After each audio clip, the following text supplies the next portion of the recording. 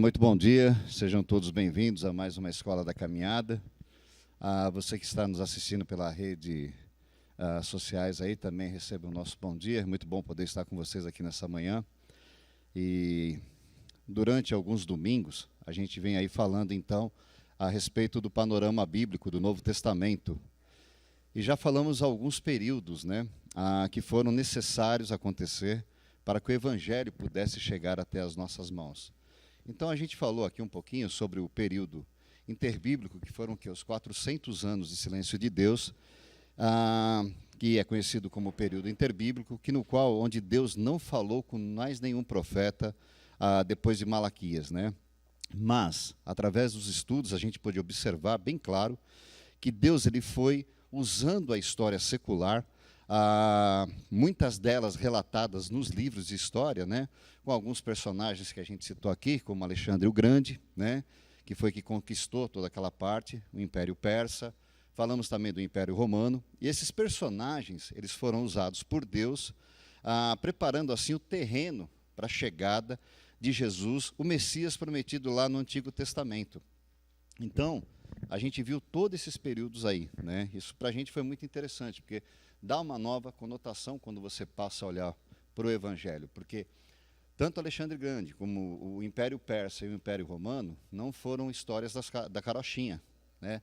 Foram fatos que realmente aconteceram, e isso está relatado nos livros de história. Inclusive, quando eu era mais jovem, né, faz um tempo já isso aí, a gente tinha ali, já ouvido falar sobre o Império Persa, sobre o Império Romano e também sobre Alexandre o Grande. Então, isso não é muita novidade para a gente. A novidade é quando a gente começa a conhecer esse período interbíblico, que a gente mencionou aqui, que a gente não vai citar novamente, a gente consegue ver esses personagens sendo usados por Deus nesses 400 anos de silêncio, que Deus não falou com nenhum profeta, ele agindo na história secular para a chegada do Messias, né? E com a chegada do Messias, que é o nosso Senhor Jesus Cristo, vai começar então ali a nova aliança através do sacrifício de Jesus na cruz do Calvário. E esta aliança, os sacrifícios, os ensinamentos, os mandamentos, transmitidos por Jesus aos seus discípulos, eles vão agora ser transformados em escritos através dos evangelhos, que compõem o Novo Testamento, que são 27 livros, né? Que compõem no total ali. E durante alguns domingos, a gente vem aí então falando sobre os evangelhos. O primeiro a ser estudado foi o de Mateus. Depois nós falamos sobre o Evangelho de Marcos, Lucas, e esses três evangelhos, eles foram falados aqui somente como evangelhos sinóticos, né? Ou seja, eles foram escritos sobre a mesma visão. E hoje nós iremos partir então para o livro de João, que não tem nada a ver com os sinóticos, é uma outra visão totalmente diferente, né? Interessante que o livro de João ele foi escrito em um contexto diferente e também um tempo diferente do que os evangelhos de Mateus, Marcos e Lucas. O livro de João ele foi escrito provavelmente perto do final do primeiro século. João vai abordar questões importantes para a igreja da sua época, que servirá também para as igrejas nos dias de hoje. Então, os três primeiros livros do Evangelho do nosso Senhor Jesus Cristo, eles foram escritos, como a gente pode observar aí, entre os anos 50 e 70 depois de Cristo. A questão mais fervorosa do Evangelho de João para a igreja era mostrar que Jesus era sim o Messias prometido aos judeus, cumprindo assim a promessa da chegada do Messias que se falara lá no Antigo Testamento. Os evangelhos sinóticos respondem que o reino veio de um modo diferente, né, do esperado, e que a vinda do Messias foi justificada e confirmada por meio da sua ressurreição e exaltação à destra de Deus. João, o Evangelho de João, está escrevendo quando a igreja enfrentava grandes desafios, né? E diferentes fatos estavam acontecendo aí, como, por exemplo, os falsos mestres, né, que surgiam na igreja. Algumas dessas questões também eles desafiavam a divindade do nosso Senhor Jesus Cristo. Então, o Evangelho de João foi escrito basicamente nesse contexto aí, alegando que Jesus não era totalmente Deus, né? Outros questionamentos também falando sobre que Jesus não veio numa vida humana, que Jesus não era humano quando ele esteve aqui, né? Negando assim que Deus poderia se tornar humano habitando no meio da gente. Esse é o contexto que vai estar sendo escrito o livro do Evangelho de João. O Evangelho de João vai confrontar todas essas heresias que a igreja vinha enfrentando, né? E João, através do seu Evangelho, vai confirmar tanto a divindade, né, plena, como também a verdadeira humanidade de Jesus Cristo. A gente pode ver isso nos versículos 1 e 14 do Evangelho de João, que vai dizer assim, ó: o verbo estava com Deus e o verbo era Deus. João 1:1. O verbo se fez carne e habitou entre nós. João 1:14. Então, só nesses dois versículos a gente já consegue ver que João está quebrando todo um paradigma ali. Não, vocês estão totalmente equivocados. A verdade é essa aqui, ó. O verbo estava com Deus e o verbo era Deus. O verbo se fez carne, ou seja, se fez humano e habitou entre nós. Então, nesses dois versículos do Evangelho de João, já podemos observar o confronto do Evangelho de João contra as heresias que estavam sendo pregadas nas igrejas, que não é diferente dos dias de hoje, né? Só que agora, essas heresias, elas entram com uma roupagem diferente, como a gente pode observar nesse vídeo aqui, ó. Que está trazendo uma palavra para você. Crede nos meus profetas e prosperareis, é o que diz a Bíblia. Então escute o que esse homem de Deus está falando com você. Tenho certeza que Deus vai mudar a sua história e a história da sua família. A história de negócios, de posições na sociedade. Isso é muito importante. Deus disse a mim, filho, eu quero que tu digas ao meu povo, nesses últimos dias, eu tenho uma unção especial que eu vou liberar sobre o meu povo. Algo que eu nunca jamais fiz antes. Eu vou liberar sobre eles uma unção financeira. E eu quero te dizer hoje, algo que nunca aconteceu antes na tua vida vai acontecer a ti. Hoje, neste programa, eu vou orar em poucos momentos for God to release His financial anointing upon your life. Para Deus liberar a sua unção financeira sobre a tua vida. Now I'm going to tell you what the financial anointing is in just a moment. Eu vou te dizer o que é esta unção financeira em poucos momentos. But I want you to do this. Mas eu quero que você faça There's isso. a phone number on the screen right now. Existe um telefone aí na tela agora mesmo. If you want God to give you the financial anointing, se você quer que Deus te dê a unção financeira, the end time financial anointing, a unção financeira dos últimos I dias, want you to pick up that phone. eu quero que você pegue esse telefone. And I want you to make a commitment. E eu quero que você faça um compromisso For 900 reals. para você semear R$900. You say, Brother Shula, I have never, ever done anything like that in my life. E você diz, irmão Cerula, eu nunca fiz isso na minha vida. Especialmente Not on television. para um programa de televisão. But I tell you, Mas eu te digo, when you sow what God is asking us to do today, quando você semear o que Deus está nos pedindo para fazer hoje, you will receive from God você vai receber da parte de Deus something you have never received before. algo que você nunca recebeu Now, antes. why 9? Por que 9? Brother Shula, why are you asking for 9? Por que você está pedindo por 9? I'll tell you Eu why. vou te dizer por quê. Because this is the year 2009. Porque este é o ano de 2009. And numbers E os números are very important to God. são importantes para Deus. Last year was 2008. O ano passado foi 2008. And you remember we celebrated new beginning? Número 8, nós celebramos um novo começo. Because 8 means new beginning. Porque o 8 significa um novo começo. The greatest thing that God could do for you if you're a pastor or a minister listening to, watching the broadcast A today, maior coisa que Deus pudesse fazer por você que está assistindo o programa, que é um ministro, um pastor hoje, is for God to give you the spirit of discernment. é para Deus te dar o espírito de discernimento. So you can discern the time. Para você poder discernir os You tempos. can understand what's happening. Você poder entender o que está acontecendo. 9 means completeness. 9 significa completo. 9 means fulfillment. 9 significa cumprido, total. I want to ask the viewers a question. Eu quero fazer aos que estão nos assistindo uma pergunta. Is it all right? Está bem, eu posso fazer? Perfeito. Has God ever made a promise to you and that promise has not been fulfilled? Será que Deus já fez uma promessa a você e essa promessa não foi ainda cumprida? If you're sitting in your home Se você está sentado na sua casa, or wherever you are, ou aonde você estiver, and you answer that question honestly, e você responde essa pergunta com honestidade. yes, Sim, God has made promises to me, Deus tem feito promessas para mim, but they have never been mas fulfilled. elas nunca foram cumpridas. I tell you, are you ready for this? Eu quero dizer uma coisa, será que você está pronto para isso? You're listening to God's voice today. Ouça a voz de Deus hoje. If you will get on the telephone Se você for ao telefone and make that commitment e fizer este compromisso for 900 real para receber R$900 and say, God, I want to step into my end time financial e anointing. você diz, Deus, eu quero dar um passo na minha unção financeira dos últimos If dias. Morris is a prophet of God, Moisés é um profeta de Deus. I promise you, Eu te prometo, before January the 1st comes, antes de chegar o dia 1º de janeiro, every promise, toda promessa, every prophecy, toda profecia, has God ever made prophecy to Deus you? já falou profecias para ti?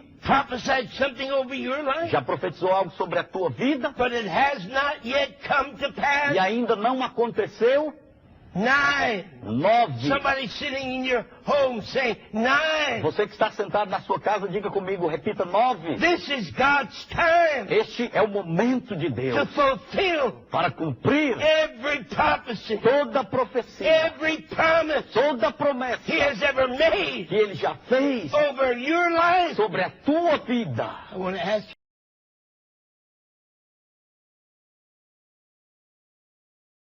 Ela permanece ainda, como eu disse para vocês nos dias de hoje, numa roupagem totalmente diferente, nesse estilo que a gente está vendo, né? Primeiro, o número da perfeição é 7, não é 9. E ainda bem que isso aí foi feito em 2009, que se fosse em 2022, Deus estaria com uma conta bem grande com o ser humano, porque ele teria que fazer 22 vezes o que o cara depositou, né? Então, ou seja, nós como cristãos temos que estar atento, sabe, essas heresias que estão sendo pregadas. Porque quando a gente pega a palavra de Deus, que a gente começa a entender a palavra de Deus, Deus não fala nada disso. Deus não fala de você fazer barganha com Ele. O que Deus fez não foi uma barganha com você, e nem comigo. O que Ele fez foi dar a vida do seu Filho, Jesus Cristo, para que os nossos pecados fossem perdoados. Ou seja, Ele pagou com um alto preço. Então Deus não faz barganha com ninguém, né? A gente precisa de estar muito bem atento a isso, como eu disse para vocês, né? Porque a palavra de Deus vai nos ensinar lá em Efésios 4, de 14 a 15, isso aqui, ó. O propósito é que não sejamos como crianças, levados de um lado para o outro, pelas ondas, nem jogados para cá e para lá, por todo o vento de doutrina, e pela astúcia e esperteza de homens que induzem ao erro. Antes, seguindo a verdade em amor, cresçamos em tudo naquele que é o cabeça. Quem é o cabeça? É Cristo. Então a gente consegue observar por que a gente vem trabalhando nos evangelhos. Porque os evangelhos vai começar a revelar um monte de coisa para a gente começar a ficar esperto com isso. Então, ou seja, se eu presto atenção no que Paulo está dizendo lá à igreja de Éfeso, onde ele diz que o propósito é que não sejamos como crianças. Ele quer dizer o seguinte, ó, sejam como adultos. Sejam como adultos, para não serem levados por todo o vento, por toda a doutrina, para lá e para cá, né? Pela astúcia e a esperteza de homens que usam a palavra de Deus para ganhar dinheiro, sim. Não usam a palavra de Deus para anunciar o evangelho para aqueles que realmente necessitam. Então João está combatendo isso na igreja da época dele. E eu faço a seguinte pergunta para vocês, e nós? Estamos combatendo isso também? Nós estamos clamando a Deus por misericórdia para esse monte de heresia que está sendo pregado na igreja? Essa é a pergunta. Nós estamos clamando por misericórdia? Porque se Deus não intervir, As pessoas vão começar a correr atrás de Deus pensando o quê? Só em grana e não pensando na salvação. O preço que ele pagou naquela cruz do Calvário foi para que eu e você pudéssemos ser o quê? Libertos do inferno. Por isso que ele vai deixar os evangelhos. Por isso que ele vai deixar 4 evangelhos, como a gente viu aqui. Um para o judeu, para ele poder entender, um para o gentil, que somos nós, um para o grego, ou seja, para que todos pudessem ouvir essa verdade, para que a gente, seguindo em verdade, em amor, cresçamos em tudo naquele que é o cabeça da igreja. Se Cristo não for o cabeça da igreja, não tem sentido eu e você estarmos aqui nessa manhã. Se Cristo não for o cabeça da igreja, não faz sentido a gente viver. Essa é a mais pura realidade, né? Mas, voltando aqui para o nosso estudo, vamos falar um pouco agora sobre o autor do Evangelho de João. João é confirmado como apóstolo, e essa autoridade do apostolado foi dada por Jesus a João, como podemos observar lá em João 2,14, onde a palavra vai dizer assim: este é o discípulo que dá testemunho dessas coisas, as que as registrou. Sabemos que o seu testemunho é verdadeiro. Então aqui é selado. O Evangelho de João e o próprio João é selado por Deus como sendo apóstolo e dizendo o que ele está dizendo aqui é verdade. Então isso está selado e está na Bíblia. Por que eu digo que está selado? Porque a Bíblia vai nos ensinar o quê? Que toda a Escritura ela é inspirada por quem? Por Deus. Se ela é inspirada por Deus, se ela foi escrita por homens, mas inspirada por Deus, e está esse texto aqui, então confirma que João realmente viveu e João realmente é o apóstolo. A gente tem que ter isso, porque tem muita gente por aí dizendo um monte de baboseira, dizendo que esses homens não existem, dizendo que Jesus não existe, mas a Bíblia vai nos confirmar isso. Por isso que é importante a gente cair de cabeça nesse livro, a gente bater nessa tecla, porque é isso que vai abrir os nossos olhos para que possamos entender a verdade. Porque o que Jesus nos ensina? Conhecereis a verdade e a verdade vos libertará. Essa verdade que está dita aqui na palavra do Senhor é: conheceis a Jesus Cristo e você será liberto do pecado. Não liberto de partido político, ou disso ou daquilo. A verdade é Cristo. E não podemos distorcer a palavra do Senhor. E como a gente viu aqui, ouça o que o profeta está dizendo. Desde quando você tem esse título de profeta dado por Deus? Ainda garante, no final, eu lhe prometo, isso dá um processo que você nem imagina. Aí, se você não conseguiu a solução financeira, sabe o que vão dizer para você? Você não teve fé o suficiente, por isso que você não alcançou. Mas Jesus deixa muito bem claro para a gente lá no texto de Éfeso: não sejam como crianças levados de um lado para o outro, mas antes estejam firmados na verdade e cresçam em amor em tudo naquele que é o cabeça da igreja, que é Cristo. Então, ou seja, a palavra de Deus vai confirmar, como a gente viu aqui no texto, esse é o discípulo que dá testemunho dessas coisas e que as registrou. Sabemos que o seu testemunho é verdadeiro. O significado da palavra João, o significado do nome João significa graça de Deus. João era judeu, pescador, a gente vai poder ver isso lá em Mateus 4:21, a gente não vai ler o texto para poder ganhar um pouco mais de tempo. Ele era irmão de Tiago, filho de Zebedeu, foi chamado de discípulo amado, né? A gente pode observar isso lá em João 13:23, 19, 26 e 21, 22. Enquanto Lucas precisou fazer uma pesquisa para escrever o seu evangelho, João foi testemunha ocular de tudo que estava escrito ali. Ou seja, ele participou, ele viu, ele presenciou, porque ele foi um discípulo escolhido por Jesus. E ele teve o privilégio de ser chamado de discípulo amado. Pergunta: se Deus olhar para nós hoje, será que ele consegue dizer essa mesma coisa a nosso respeito? Zé Carlos, um discípulo amado. Fulano, um discípulo amado. Bertano, um discípulo amado. Por que que João foi chamado de discípulo amado? Porque João viveu, além de viver do lado do mestre, que foi um privilégio, ele viveu tudo aquilo que foi passado. E o texto diz lá, muito bem claro, como a gente viu lá, né, que ele foi o quê? Testemunha. E o seu testemunho foi verdadeiro. não foi um testemunho mentiroso. Jesus chamou também João e Tiago de Boanerges. O que quer dizer Boanerges? Né? Filho do trovão. Ou seja, quando você olha para João, você vê assim falando, Jesus dizendo, filho amado. Mas Jesus também vai dizer, você é filho do trovão. Ou seja, está querendo dizer o quê? Ele também tinha o seu temperamento indócil, sabe? Todos nós temos o nosso temperamento. Ninguém é igual a ninguém. E é bom isso. Porque se todo mundo fosse igual a todo mundo, seria a maior chatice do mundo.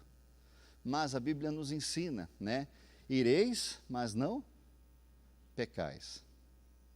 Ireis, mas não pecais. Então, ou seja, João também não era um cara de temperamento muito bonzinho, não era muito dócil, vamos dizer assim, mas ele era considerado por Jesus como seu discípulo amado.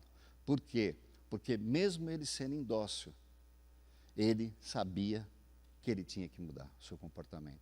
E quando ele não conseguia, a Bíblia não relata isso, mas provavelmente ele recorria a Jesus. Por isso que ele é chamado de discípulo amado. Após o exercício do seu ministério em Jerusalém, João foi pastor em Éfeso, onde morreu entre os anos 95 a 100 depois de Cristo, quase no finalzinho ali do primeiro século. O Evangelho de João foi escrito provavelmente no ano 95. As datações estão variadas entre 90 e 95. Nesse tempo, o autor, João, já era idoso, não era um cara novinho. Seus escritos trazem marcas da maturidade e demonstram um profundo entendimento dos assuntos tratados ali. Dá para perceber isso no Evangelho de João. Qual é o propósito desse livro? Por que ele foi escrito? João escreve para provar a fé em Jesus, resultando na vida eterna. João 20, de 30 a 31. Como podemos observar, né? A palavra do Senhor vai dizer assim, ó. Jesus realizou, na presença dos seus discípulos, muitos outros sinais miraculosos, que não estão registrados nesse livro. Mas estes foram os escritos para que vocês creiam que Jesus é o Cristo, o Filho de Deus, e crendo, tenham vida em seu nome. Porque é para isso que ele veio. Eu vim para que tenham vida e vida em abundância. E vida em abundância não é essa porcaria que a gente viu aqui, de barganhar com Deus. A vida em abundância que ele está se referindo, não é questão de você ser rico aqui, é de você ter uma vida abundante do outro lado. É lá com ele, na eternidade, porque é lá que nós vamos ter uma vida em abundância, onde nós vamos viver do lado do Mestre, para sempre, para a eternidade, onde não haverá mais sofrimento, onde não haverá mais choro, não haverá mais pranto, onde só haverá alegria. E nós seremos o quê? Eterno. Eterno. Então, essa vida em abundância que Jesus nos promete, é sobre isso que nós temos que refletir. E nós podemos perder essa vida em abundância, sim, se nós abandonarmos a esse Cristo. Se nós virarmos as costas para esse Cristo. Porque Paulo vai nos dizer que muitos chegaram até a experimentar da graça, mas viraram as costas para Deus. Tem muitos que chegam até perto, chegam até quase que tocar na graça, mas acabam o quê? Virando as costas para Deus. E não querem saber de Deus. Então, ou seja, quando fala vida em abundância, não pensa nesse mundo, porque aqui nós somos passageiros. A Bíblia deixa muito bem claro. Nós somos peregrinos aqui. A nossa esperança está onde? Em Jesus, em passar a eternidade com Ele, aonde? Nos céus. Se essa não for a minha esperança, também não tem sentido a minha vida. Essa é a nossa esperança. Como a gente pôde ver aqui, Jesus realizou, na presença dos seus discípulos, muitos sinais miraculosos que não estão registrados nesse livro, né? João está escrevendo tanto para chamar os incrédulos à fé, para trazer as pessoas para conhecerem a Cristo através da fé, quanto para dar confiança também a nós que somos crentes no Senhor Jesus, para estarmos o quê? Cada vez mais firmes nessa fé. Então, quando eu pego o Evangelho de João, que eu começo a ler o Evangelho, e eu peço o entendimento de Deus antes de ler, porque a gente pega simplesmente a Bíblia, abre e começa a ler. Gente, se o Espírito Santo de Deus não nos der esse entendimento, nós só vamos ver um monte de letra passando nos nossos olhos. Agora, quando eu oro e peço para Deus, Senhor, abra os meus olhos espirituais para que eu possa ver o conteúdo da Tua palavra, para que elas saltem aos meus olhos, para me poder entender o que o Senhor quer de mim. Essa palavra, ela salta, gente. Ela salta. E isso é a experiência própria de quem dá aula, é a experiência própria de quem prega, porque somente Deus pode nos capacitar a vir aqui à frente para dar uma aula. Se não for Ele, quem vai ser? Escola, faculdade teológica não forma ninguém não, gente.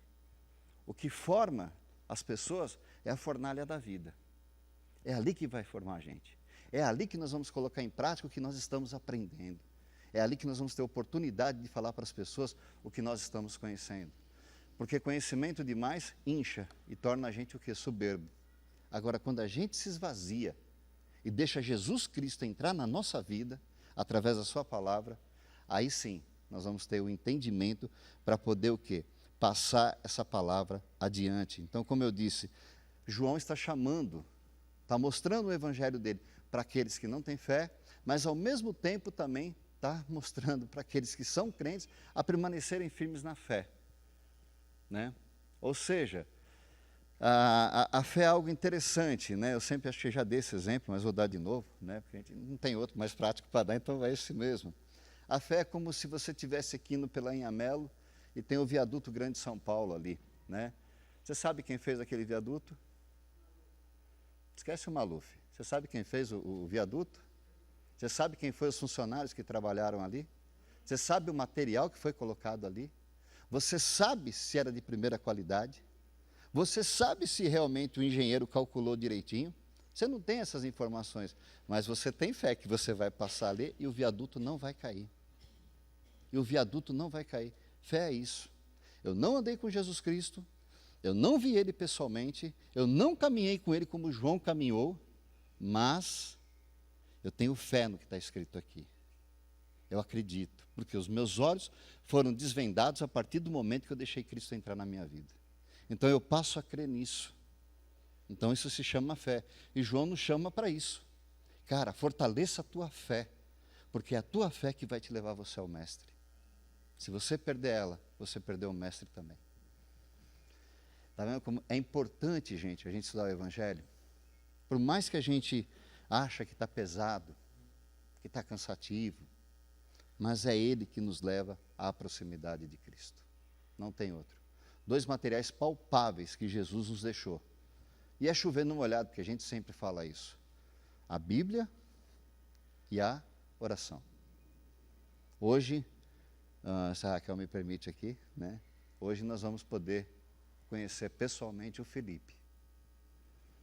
Felipe é um menino de 12 anos, com câncer, passou por várias sessões de quimioterapia, e a gente prometeu, a gente do grupo de oração prometeu que se esse menino fosse curado, a gente queria conhecer ele através de um almoço, e hoje vai acontecer o almoço. Porque esse grupo orou por a vida desse menino, como tem orado pela vida de tantos outros membros da nossa igreja que passam pelo mesmo problema, e a gente crê que a gente vai ver essas pessoas curadas em nome do nosso Senhor Jesus Cristo, como a gente viu o Felipe. E se isso não acontecer, Ele continua sendo Deus do mesmo jeito. E eu continuo adorando Ele do mesmo jeito, porque a fé me leva a isso. E é isso que o Evangelho de João vem batendo nessa tecla. Fé, fé, fé. Tenham fé.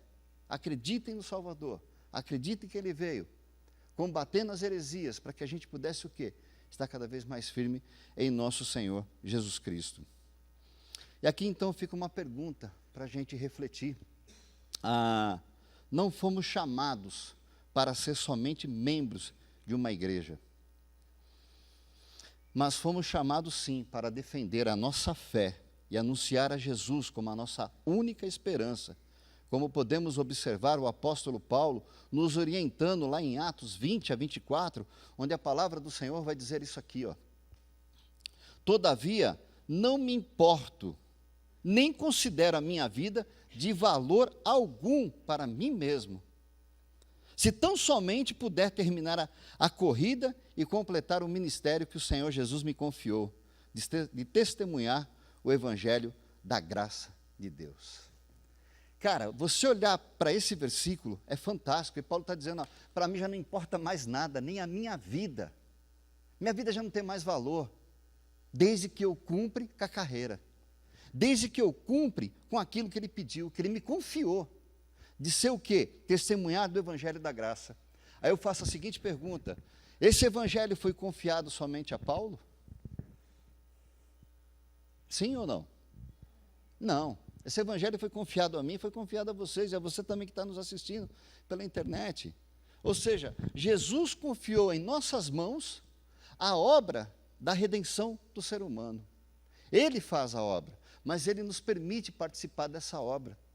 Ele nos permite a gente ser testemunha desse evangelho da graça. O que é graça, gente? Graça é um favor imerecido, não merecia coisa nenhuma.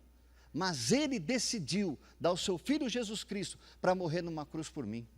Ele decidiu. E através daquele sacrifício, eu entendendo isso, vivendo pela fé, olhando para esses evangelhos, entendendo a palavra do Senhor, eu sou chamado do quê dele? Filho de Deus. Ele me tira das trevas e me joga para a luz. Gente, se nós fôssemos pentecostais, nós já estamos dando um reteté aqui, glória a Deus, aleluia. Porque isso é uma verdade muito grande, cara, que não dá para a gente olhar para isso e achar que está tudo bem, legal, bacana o que você falou, Zé, show de bola. Mas eu tenho que vibrar com essa verdade. Ele me tirou das trevas e me deu a luz.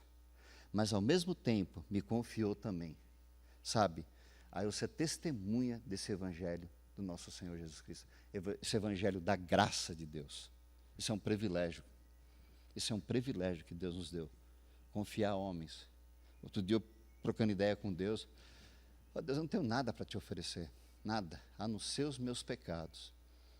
E por incrível que pareça, Ele aceitou os meus pecados, assim como aceitou de vocês também. Por isso nós estamos aqui nessa manhã. Por isso as igrejas estão reunidas. Nós não estamos só, tem várias igrejas espalhadas por esse mundo afora. Porque Ele aceitou os nossos pecados. Porque nós aceitamos o seu sacrifício. Zé, você está chovendo no molhado. Estou. Porque se eu não bater nessa tecla, nós temos a tendência a esquecer essas verdades. Infelizmente.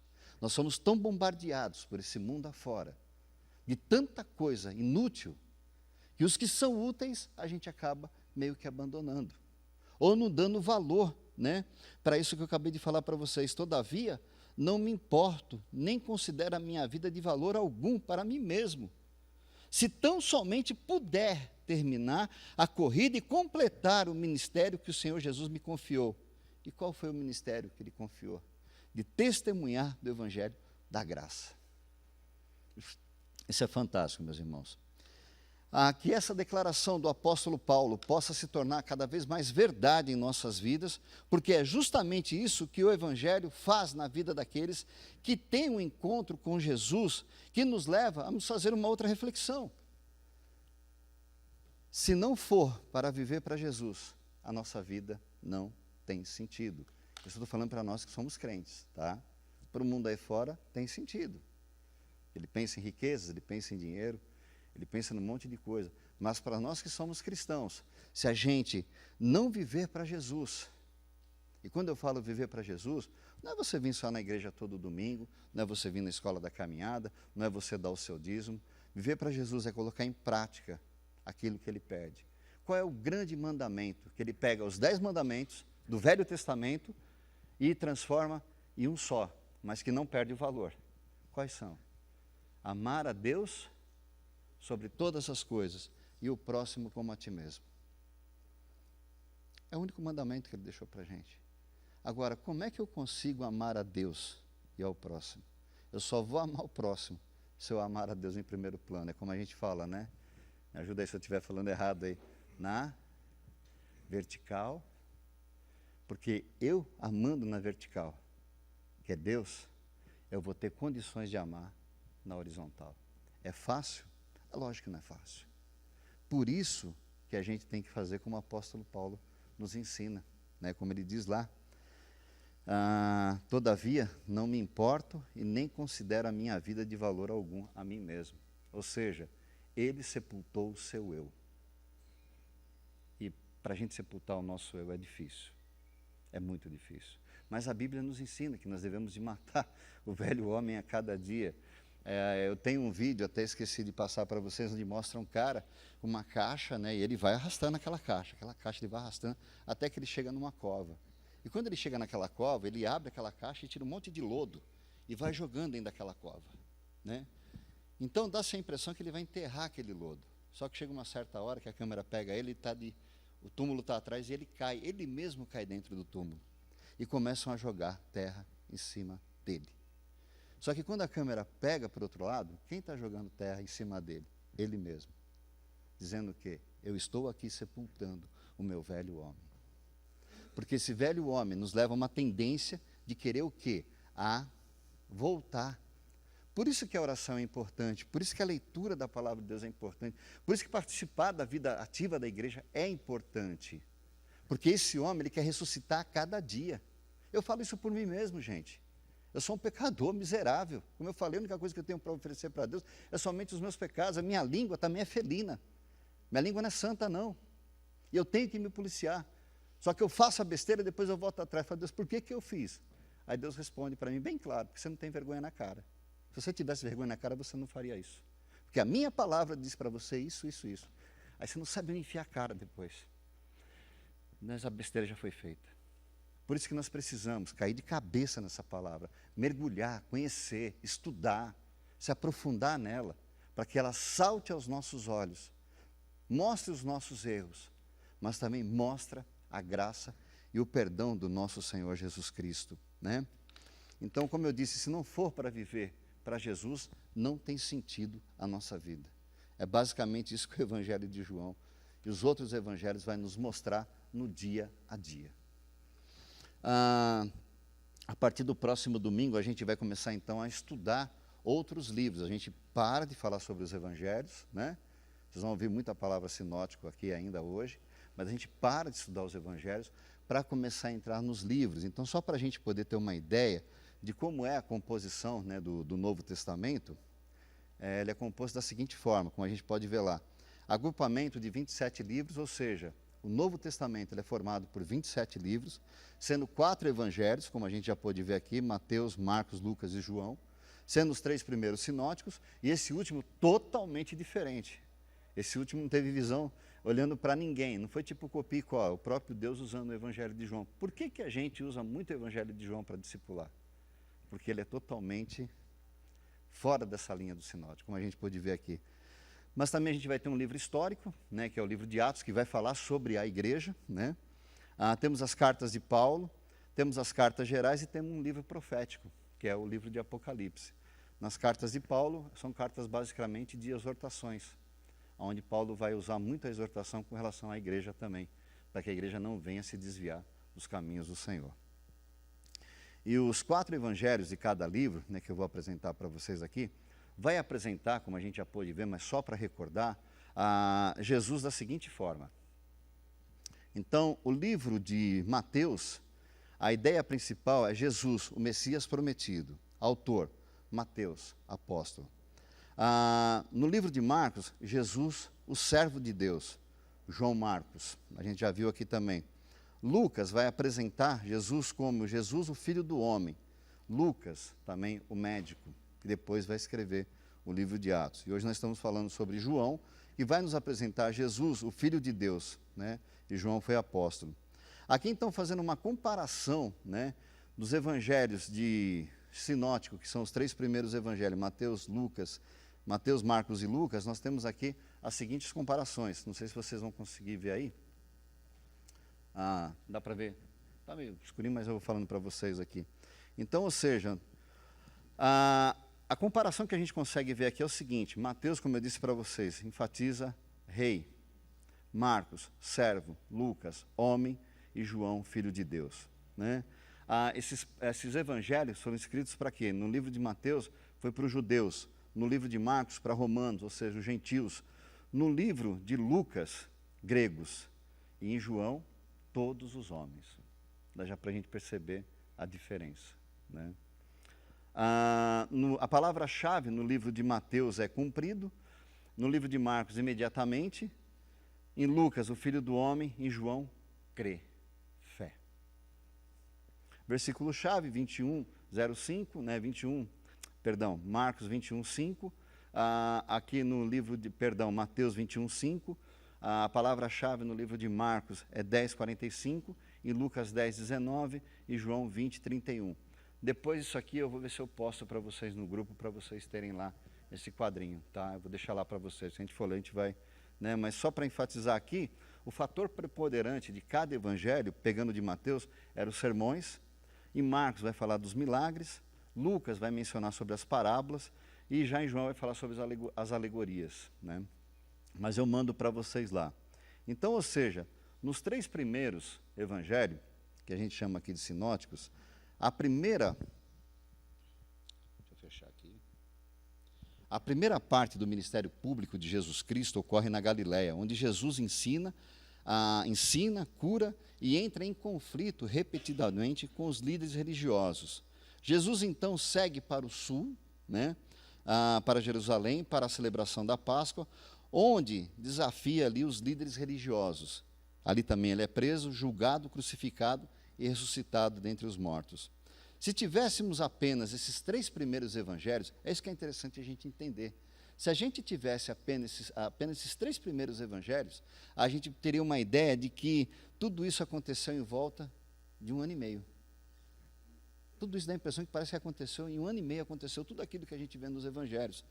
Mas, em contraste com o evangelho de João, Jesus vai a Jerusalém repetidamente para vários festivais, né? Existiam 3 Páscoas que chamavam de festivais, a gente vai poder ver isso lá em João 2,13, 6,14, 11,55, e outros 3 festivais, né? João 5,1, João 7,2 e João 10,22. De modo que o ministério de Jesus deve ter sido, olhando para isso, talvez você fique pensando, mas o que isso tem a ver?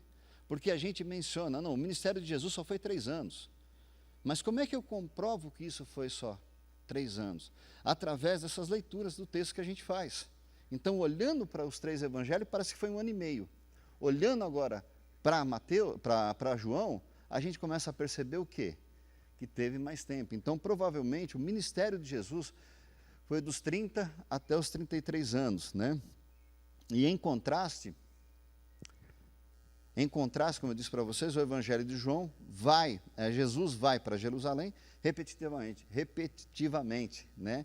E a gente consegue perceber aqui. Então, por isso, muitos teólogos, estudiosos da Bíblia, afirmam que o ministério de Jesus começou dos 30 aos 33 anos, olhando para esses textos aqui, né?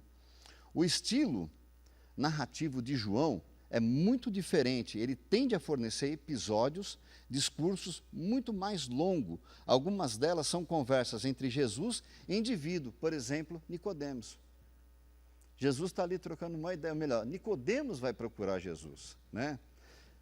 Sabemos que vem da parte de Deus. Mas qual foi o horário que Nicodemos foi ter esse papo reto com Jesus? Como? De madrugada. Por quê? Ele já cai em contradição.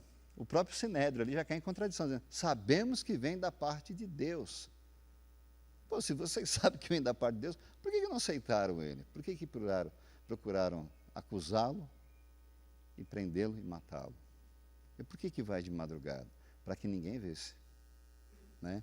E qual é a resposta que Jesus vai dar para Nicodemos? Se faz necessário que você nasça de novo. Ele vai retrucar Jesus. Mas como assim? Como eu depois de velho vou entrar no ventre da minha mãe de novo? Fala, pô, você é mestre da lei e não sabe disso? Vocês são os entendidos e não sabem disso? Se faz necessário que o nome nasça das águas e do Espírito. Aí eu faço uma pergunta para vocês. O que Jesus quer dizer com água e Espírito? E aí? Quem se habilita a falar, tem um microfone aqui, gente. Por que vocês acham que Jesus vai dizer, é necessário que o homem nasça das águas e do Espírito? Quer responder, Catarina? Eu não. Gente, vocês estão assistindo, eu sempre tiro um sarro dela, a gente já tem amizade há longo tempo, né? Não vai pensar que a gente está brigando aqui, não é isso. Gente, o fato é o seguinte, vocês mulheres têm muito mais experiência da gente que é homem, que não passa por isso de jeito nenhum. Quando uma criança nasce, o que estoura na mulher? A bolsa d'água. Ou seja, se eu não nascer naturalmente, eu automaticamente não tenho condições de nascer do Espírito. Vocês concordam comigo? Como é que o morto vai nascer no Espírito? Então é isso que Jesus está falando. Se faz necessário que você nasça naturalmente, né, da água, que estoura a bolsa, e nasça também do Espírito. Aonde é que eu nasço do Espírito? É quando eu entrego minha vida para Jesus. Então ali o Espírito Santo habita em mim, e Jesus vai dizer para nós que as coisas velhas se passaram, e eis que tudo se fez novo. Olha a importância, cara, de você ler, porque a gente pensa o seguinte: tem que nascer das águas e do Espírito. O que vem na nossa cabeça? Batismo. Batismo não salva ninguém. Batismo é simplesmente uma cerimônia, onde você está dizendo publicamente que você morreu para o mundo e nasceu para Cristo. E ali o Espírito Santo habita em você, né? Então é somente uma cerimônia. Então, ou seja, Jesus está deixando muito bem claro isso. Se faz necessário nascer fisicamente, para depois você receber então o Espírito, aceitando a Jesus Cristo como seu único Salvador, né? Então o estilo narrativo de João é muito diferente, como eu disse para vocês. Ele tende a nos fornecer episódios de discursos mais longos, né? Alguns deles com conversas de indivíduos, como a gente pode observar aqui através de Nicodemos no capítulo 3, se depois você quiser você dar uma olhada lá. Outras são histórias de milagres, né? Seguida de um amplo debate entre Jesus e seus adversários religiosos. Os livros sinóticos, os 3 primeiros livros do Evangelho, se preocupavam em registrar. Olha que coisa interessante. Aqueles 3 livros, Marcos, Lucas e Mateus, se preocupavam em registrar. João, ele vai mais além. João, ele se preocupa em interpretar. Através de parábolas, através de ensinamentos. Então, a gente, quando começa a ler o livro de João, a gente percebe isso claramente. Você está falando isso aí porque você tem uma revista que vocês seguem. Não, não é isso não, cara. A gente lê a Bíblia também, né? E você vai percebendo essas diferenças de um para o outro, né? Como vamos poder observar, né, comparando os 3 evangelhos chamados aqui de sinóticos, como o de João, é diferente. A diferença é muito grande, como poder observar aqui nos próximos slides, aonde vamos dizer assim, nos sinóticos, a mensagem central de Jesus diz a respeito da vinda do reino de Deus. Marcos 1, 13, 14. As curas e o exorcismo de Jesus devem demonstrar sua presença e poder. As pessoas são chamadas a se arrepender e crer nas boas novas do reino. De modo, elas entram no reino, recebem a salvação prometida por Jesus, através das parábolas contadas ali, né? Também vai descrever as naturezas também, né? Já no Evangelho de João, tá certo aí, gente? Tá. Eu não enxergo mais direito. No Evangelho de João, o ensinamento de Jesus se concentra muito mais na sua própria identidade e em seu relacionamento único com o Pai. Jesus é o eterno Filho que veio para revelar o Pai. A salvação vem pelo conhecimento do Pai, por meio do Filho. Jesus diz: eu sou o caminho, a verdade e a vida. Ninguém chega ao Pai por mim. Então aqui dá para a gente perceber o contraste de um evangelho para o outro. O Evangelho de João vai trabalhar mais o quê? Em cima, enfatizar o quê? Você está ali mostrando o Pai, mostrando Deus. Olha, eu vim para que tenham vida, vida em abundância. Mas também eu sou o caminho, a verdade e a vida. Ninguém chega ao Pai se não for por quem? Por Jesus Cristo. Nos sinóticos, quando eu falar sinóticos, você já lembra de João, Mateus, Marcos e Lucas, tá? Então, os sinóticos, a identidade de Jesus como Messias está em destaque, como prometido, como rei prometido e salvador da linhagem de Davi, que salvaria o povo de Deus e estabeleceria o reino de Deus. Isso está lá em Salmos, né, de 7 a 11, 17, está lá em Isaías de 9, 1, 7, 11, de 1 a 6, né, o retrato de Jesus, né, você vai poder ver isso nos evangelhos sinóticos. Já João foca em sua verdadeira humanidade e a sua verdadeira divindade. Ele é o eterno, o Filho, é a palavra, o Logos de Deus. O autor fala da revelação de Deus, João 1, 1, 4 a 18. Deus, depois dessa comparação do livro do Evangelho de João com os evangelhos, vamos agora ver qual foi o propósito que foi escrito esse livro. É importante a gente entender isso. Parece maçante, parece chato, mas é importante a gente entender essas passagens, entender o que cada livro está querendo dizer, porque isso vai nos ajudar muito. Então, o propósito do livro de João era o quê? João escreve para provar que a fé em Jesus, resultando na vida eterna. João 20, 30 a 31. João está escrevendo tanto para chamar os incrédulos à fé, como eu já disse, em Jesus, quanto para dar confiança aos crentes que estão lutando em sua fé. João demonstra que Jesus confirmou, por meio de seus ensinamentos e seus sinais, que ele realmente veio para fazer e trazer e te dar a vida eterna a todos os que creem. Ou seja, para mim poder ter direito a essa vida eterna, eu tenho que o quê? Crer, né?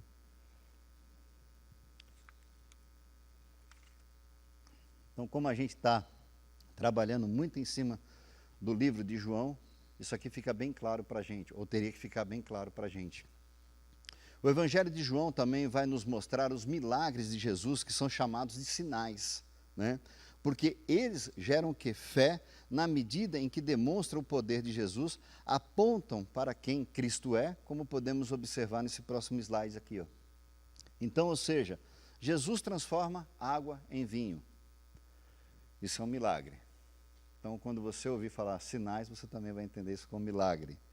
A cura do filho do oficial do rei. A cura de um paralítico. A multiplicação dos pães. Jesus anda sobre o mar. A cura de um cego de nascença. A ressurreição de Lázaro. Outros pontos nós também vamos poder observar no livro de João são o quê? Os discursos de Jesus, né? Discurso de Jesus com Nicodemos, como a gente viu aqui agora há pouco, sobre a nova vida. Discurso sobre a água da vida que Jesus oferece à mulher samaritana. Então, quando fala em discurso, não é que ele está pregando, mas ele está o quê? Ensinando.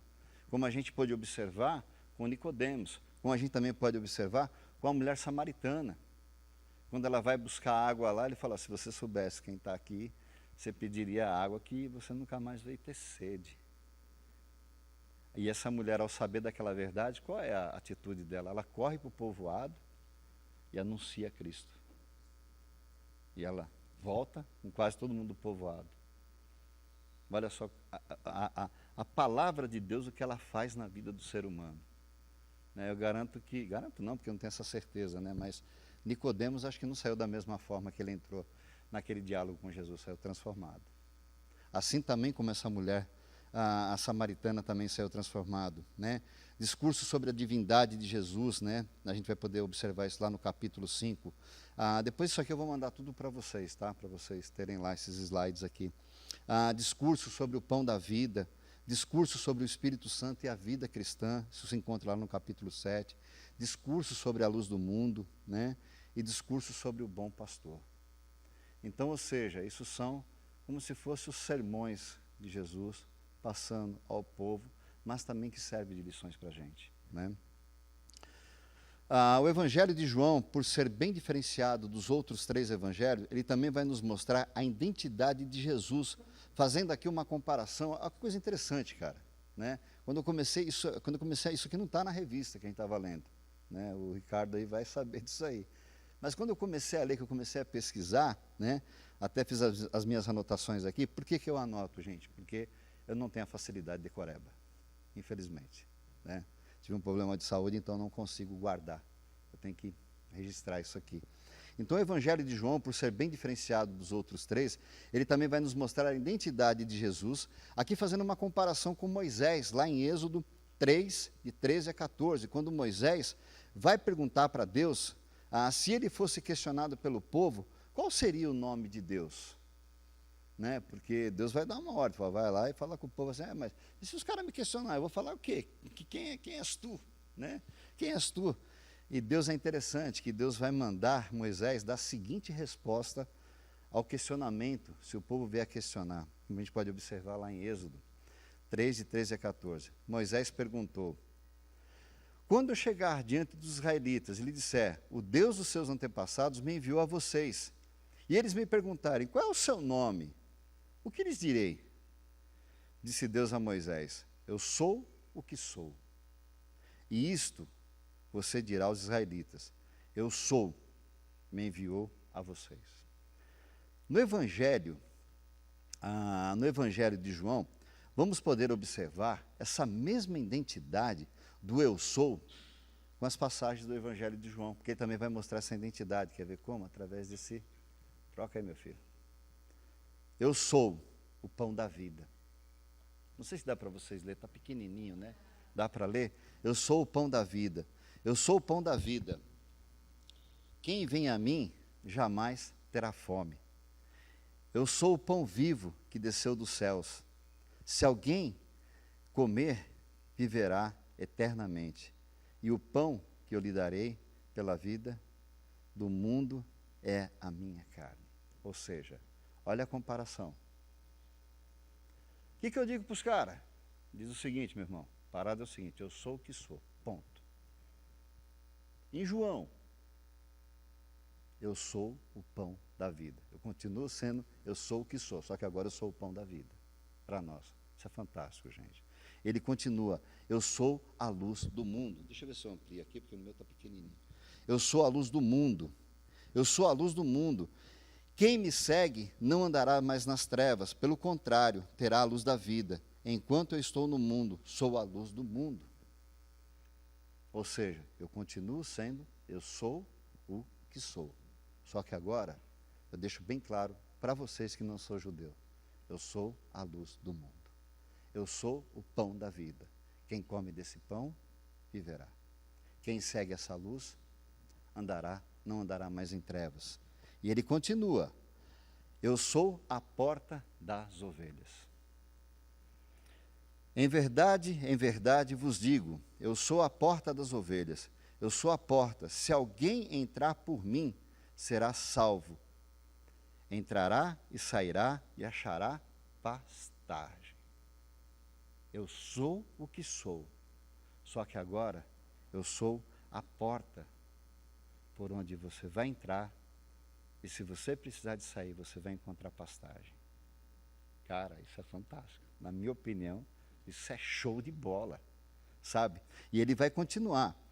E ele vai dizer aqui, ó. Eu sou o bom pastor. Eu sou o bom pastor. O bom pastor dá a vida pelas ovelhas. Eu sou o bom pastor, conheço as minhas ovelhas e elas conhecem a mim. Gente, continua. Eu sou o que sou. Só que agora, para vocês, gentil, que é o nosso caso, eu sou o bom pastor.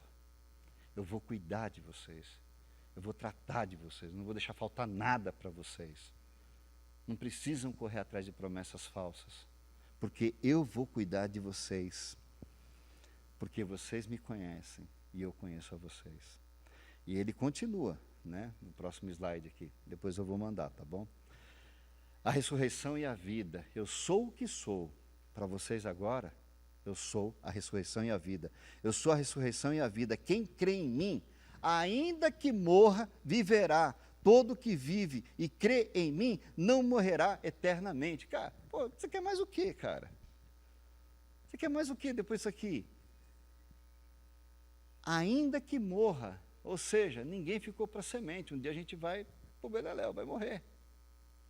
Mas nós temos a certeza de que a palavra dele diz assim: quem crê em mim, ainda que morra, viverá. E todo que vive e crê em mim, não morrerá eternamente. Ou seja, nós somos seres eternos. Essa é a mais pura realidade. Ou eu sou eterno no céu, ou sou eterno no inferno. Mas como é que você pode dizer isso? Qual a certeza que você tem? Tá, vamos voltar lá em Gênesis. Quando Deus forma o homem do pó da terra, forma um bonequinho ali, não forma? O que a Bíblia vai dizer? Que ele soprou o quê? Em suas narinas? O fôlego da vida. No grego, no hebraico, melhor dizendo, se chama Nefesh Hayah, ou seja, fôlego de vida. Jesus é eterno? Se ele soprou o que sai de dentro dele, para nós somos o que também? Porque ele soprou a vida. Só que nós somos eternos, com Deus ou sem Deus. Isso é fato. Nós não podemos negar isso. Não estou fazendo terrorismo gospel, tá? Mas é fato. eu sou um ser eterno. Por isso que a Bíblia fala lá, né, já até citei isso, acho que na última aula, se não me falha a memória, você vai pedir para morrer e não vai morrer. Os vermes vão te comer vivo e ponto final. Então, a gente tem que ter isso em mente. Se Jesus veio ao mundo para morrer no meu e no teu lugar, é porque Ele quer nos livrar de algo terrível. Porque se Ele não quisesse nos livrar de algo terrível, Ele não viria fazer o que Ele fez por nós. Para que Ele viria? E Ele vai dizer, eu vim justamente para esses que são doentes. Que se todo mundo fosse bom, eu não precisaria ter vindo. Então, ou seja, dando continuidade aqui, eu sou o que sou, a ressurreição e a vida. E Ele vai dizer, eu sou o que sou, só que agora, para vocês, eu sou o caminho, a verdade e a vida. Eu sou o caminho, a verdade e a vida. Ninguém vem ao Pai senão por mim. Se vós me tivesses conhecido, conhecereis também ao meu Pai. Desde agora os conheceis e os tem visto. Fugiu agora, me ajuda aqui, gente. João, né, 14, de 6 a 7. E ele vai dizer agora, eu sou a verdadeira videira. Eu sou a videira verdadeira. Meu pai é o agricultor, e eu sou a videira. Vós sois o ramos. Quem permanecer em mim, e eu nele, esse dará fruto, porque sem mim nada podes fazer. Ou seja, sem Deus, meus irmãos, nós não vamos para canto nenhum. Estou falando a nível de igreja, tá? Se nós quisermos ver esse templo cheio, não de crentes, mas de pessoas que precisam de conhecer a verdade, se nós não tivermos firmado nessa verdadeira videira que é Cristo, se nós não tivermos enxertado, e quando eu falo enxertado, eu vou usar aqui um exemplo lá na chácara. Inventei de plantar uva, né? E fui lá, comprei 4 pezinhos de uva, Marcão chegou a ver, né? Depois da formação, plantei e tal, e espera 1 ano, 2 anos, 3 anos. Aí chamei o seu Luiz, falei, seu Luiz, você vê como os caras enganam a gente, né? Aí venderam uma porcaria de uma muda aí que não dá fruto. Ele falou, aliás, já põe, Zé, não é muda que é porcaria, é você que não sabe plantar, né? Falei, cara, não sabe nem enfiar a cara. Ele falou, peraí. Aí foi lá e falou, ó, nós estamos agora foi em março, falou, em agosto, eu vou plantar, em agosto ela vai crescer, nós vamos enxertar. E no enxerto, que eu achei interessante, então ele plantou, adubou, cuidou, zelou, e veio aquele raminho e tal, daqui a pouco foi desse tamanho. Aí ele virar para mim, o que você quer de uva? Que uva você quer? Você quer Niágara? Você quer uva verde? Que uva que você quer? Eu falei, seu Luiz, mas você já não plantou? Já não vai nascer? Ele falou, não, agora vem o enxerto. É no enxerto que você vai definir o que você quer.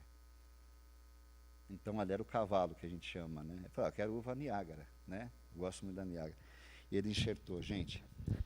1 ano depois, você chegou a ver, Marcos? Você estava lá? Marcos estava lá. 1 ano depois, gente. Primeiro ano a gente colheu, acho que 50 cachos de uva.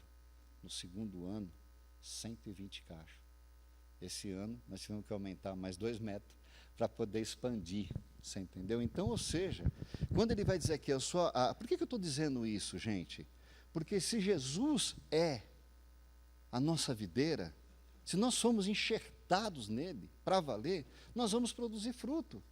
Porque enquanto eu não fiz o enxerto naquela videira, eu não colhi uva. Mas o dia que foi feito corretamente, foi feita a incisão, que ele enfiou lá dentro o pauzinho e, né, passou um filme para enterrou, gente, depois de 1 ano e pouco a gente estava chupando uva do cacho. Então mandei a foto para a Raquel, né, Raquel, para fazer inveja. Então, ou seja, gente, se nós não tivermos, sabe, enxertados em Deus, se nós não tivermos enxertado na sua palavra, nós não vamos dar fruto. Ponto. Simples, ele deixa bem claro. Eu sou a videira verdadeira. Meu pai é o agricultor. Eu sou a videira, vós sois os ramos. Quem permanecer em mim e eu nele, esse dará frutos, porque sem mim nada pode fazer. Isso é uma verdade fantástica, meus irmãos. O livro de João é tão rico, diferenciado, que eu vou terminar essa nossa aula de hoje, né, usando o seguinte texto de João 21, 25, que ele vai dizer assim, ó, há, porém, ainda muitas outras coisas que Jesus fez, se cada uma dessas, se cada uma das quais fosse escrito, cuido que nem ainda o mundo todo poderia conter os livros que escrevesse. Ou seja, se nesse pouquinho dos evangelhos relatado a gente já se deleita, imagine se a gente tivesse acesso a isso que o apóstolo disse. Há, porém, ainda muitas outras coisas que Jesus fez. Se cada uma das quais fosse escrita, cuido que nem ainda o mundo todo poderia conter os livros que se escrevessem. Gente, eu quero terminar essa nossa aula, eu vou passar um vídeo para vocês, eu não sei se vai dar para ver a letra da música, mas a gente termina hoje aqui os evangelhos. Ele simplesmente mostra a graça de Deus, a maravilhosa graça de Deus. O dia que nós, crentes no Senhor, entender o que é essa graça, nós não vamos mais ficar precisando de pregar para ninguém. Nós vamos colocar em prática o que Ele nos pede, né? E eu vou passar para vocês esse vídeo aqui, que é justamente a música Amazing Grace. E tem a tradução embaixo, que eu acho muito linda, né? Só não sei se vai conseguir sair, porque é pequenininho, mas... Amazing grace, how sweet the sound that saved a wretch like me. I once was lost, but now I'm found. Was blind, but now I see. 'Twas grace that taught my heart to fear, and grace my fears relieved.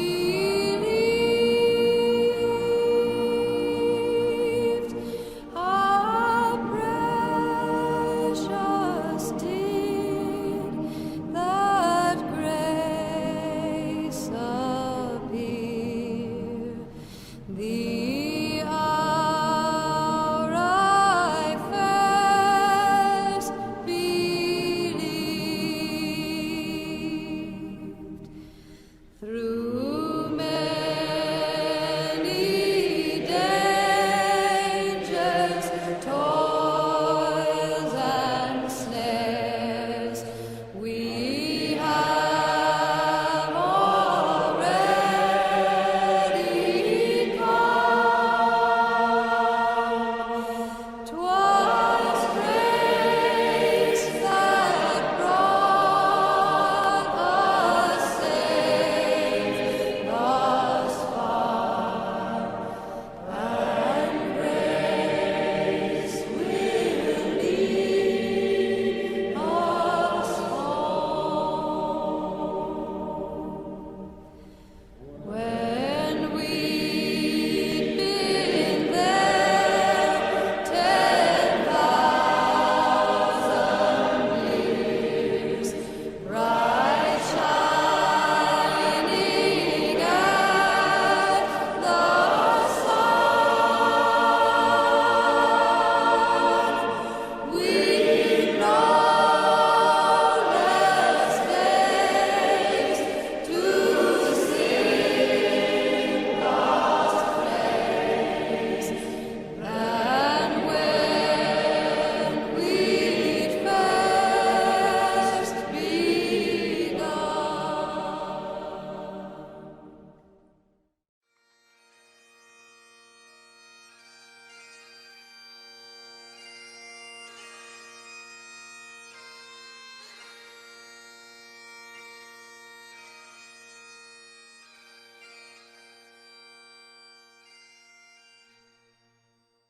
Foi essa graça, cara, que nos libertou.